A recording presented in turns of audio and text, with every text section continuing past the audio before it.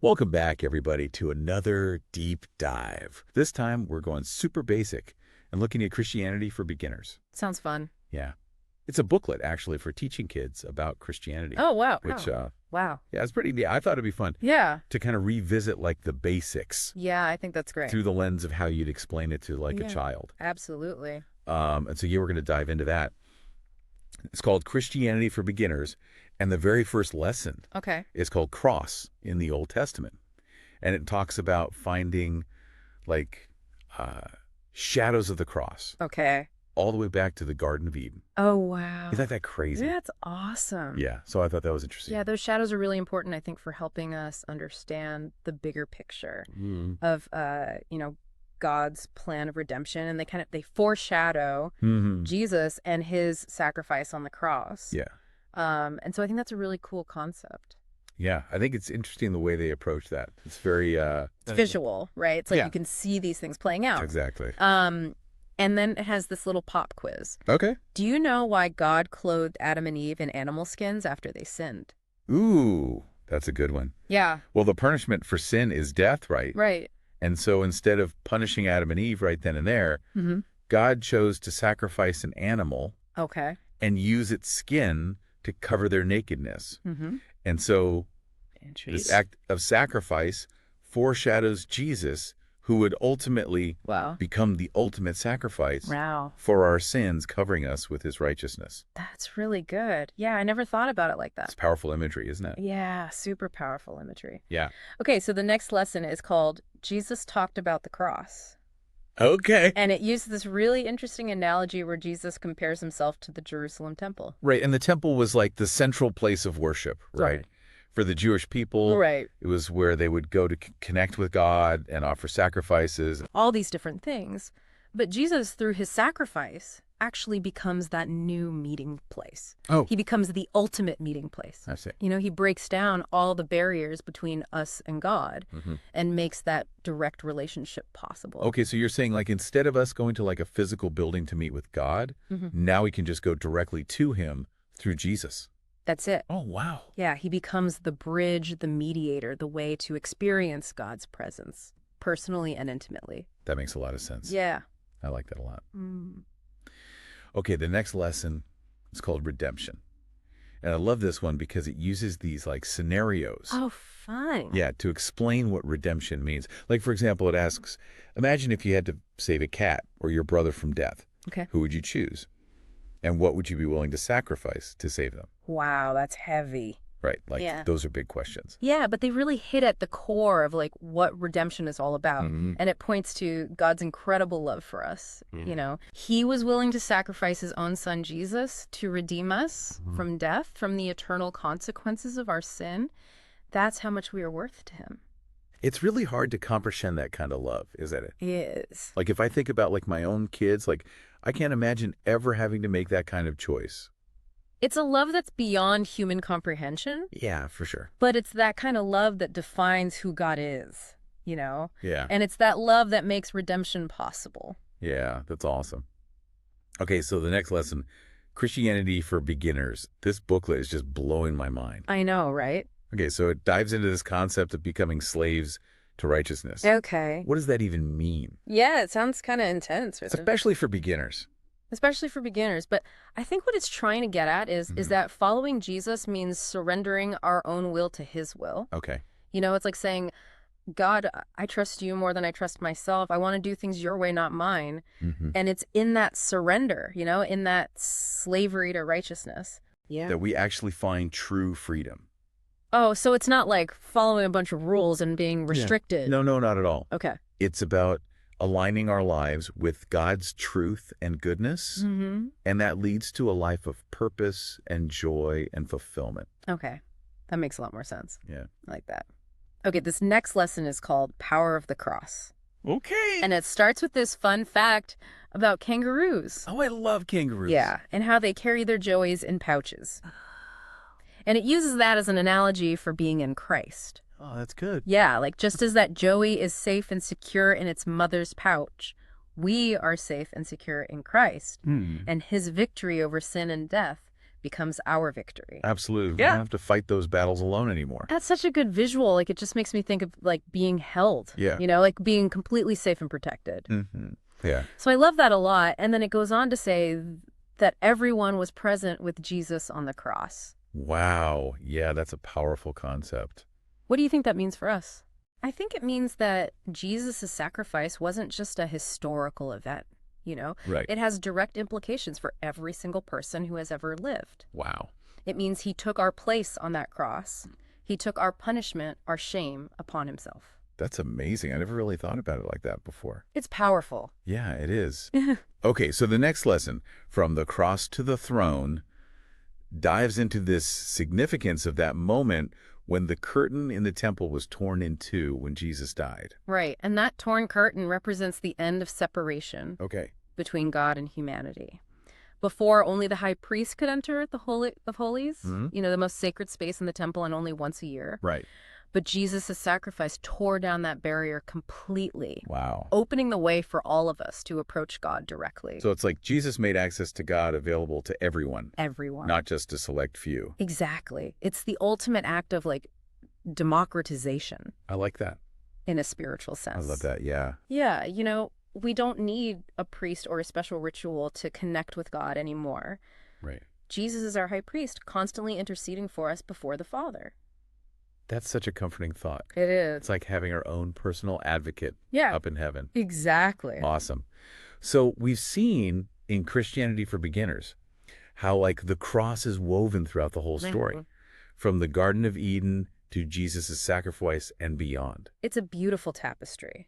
It really is. Of redemption and grace. Yeah. It's just the beginning. Yeah. And we're not even done yet. There's more to unpack. Yes, there is. In this incredible booklet. I can't wait. It's amazing how they pack so much into this little Christianity for Beginners booklet. Yeah. It's crazy how they can take these, like, really complex theological ideas and make them so simple. Yeah. The next lesson is called Blessings of the Cross. Okay. And it talks about, like, the tangible impact of Jesus' sacrifice. Yeah, like how we can actually experience those blessings. Exactly. In our lives. Yeah, like in our everyday lives. Yeah. And it focuses on the story of the Roman centurion who asked Jesus to heal his servant. Right. And remember, this Roman officer was a man of authority, used to giving commands and seeing them obeyed. And he saw that same authority in Jesus. Exactly. He had this incredible faith that Jesus could just heal with a word. Yeah. And what I love is how Jesus commends the centurion for his faith. Oh, yeah. He says, I tell you the truth, I have not found anyone in Israel with such great faith.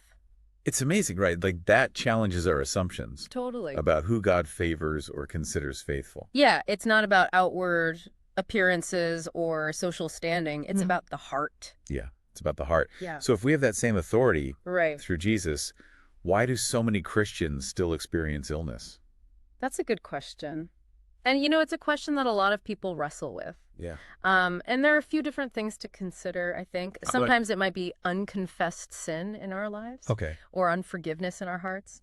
Sometimes it could be a lack of faith. Right. And sometimes God might allow illness for a greater purpose, to refine our character or teach us valuable lessons. It's hard to understand that when you're going through it, though, isn't it? It is. It is. But ultimately, we have to trust God and his plan for our lives. Okay.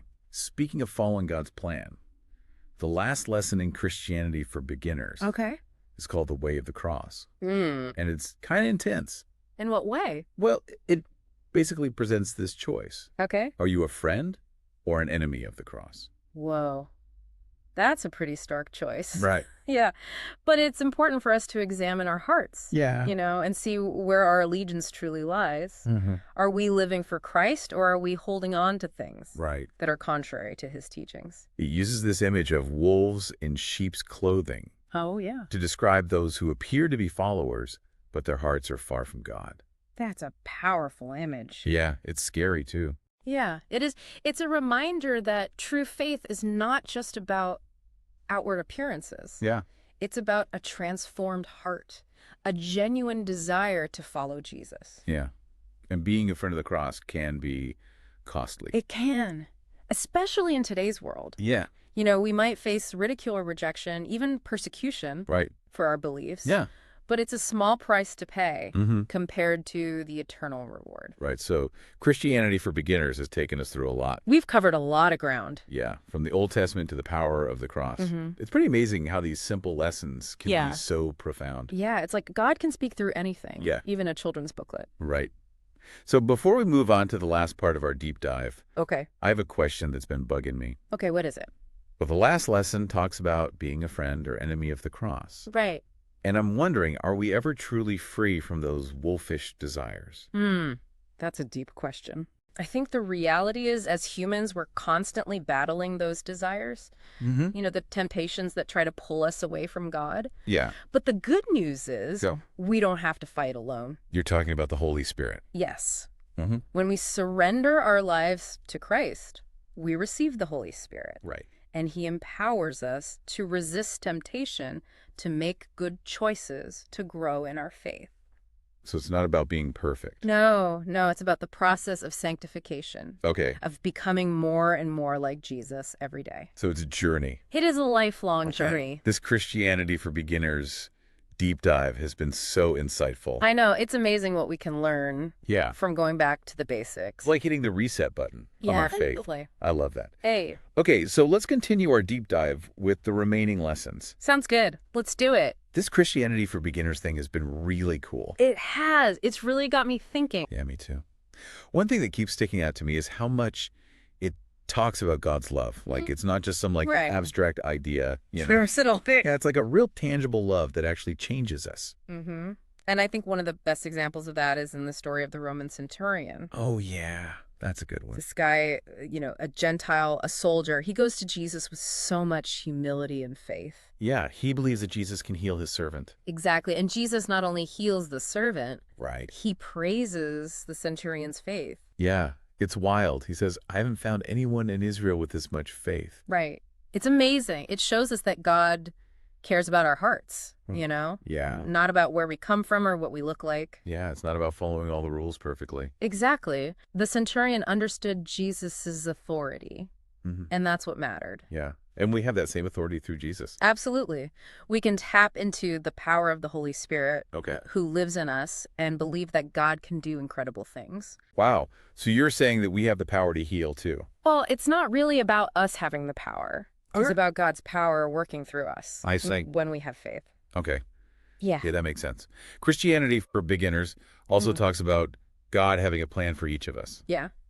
It's not just random, Right. God has a purpose for you and for me. It makes you think about what that purpose could be. It does. And this journey of faith isn't always easy, Yeah, for sure. There are going to be tough times. Definitely times of doubt, times of suffering. Yeah. But the booklet reminds us that we're not alone. That's so important to remember. Yeah, we have the Holy Spirit and we have each other. Absolutely. We have this whole community of believers who can support us. Will encourage us. Exactly. Yeah. And we have God's word to guide us. Right. So many resources to help us through. This Christianity for Beginners deep dive has been amazing. It has. It's like a fresh perspective on things. It is. It reminds us to keep things simple. Right, to focus on God's love in Jesus and the power of the Holy Spirit. It's about letting go of our own way. Okay. And surrendering to God's plan. Letting him transform us. Yeah. And showing his love to others. It's a beautiful thing. It really is. Well, this has been an awesome journey. It has. Thanks for joining us, everyone, on another deep dive into Christianity for Beginners. Yeah, we hope you learned something new. And we'll see you next time. Bye, everyone.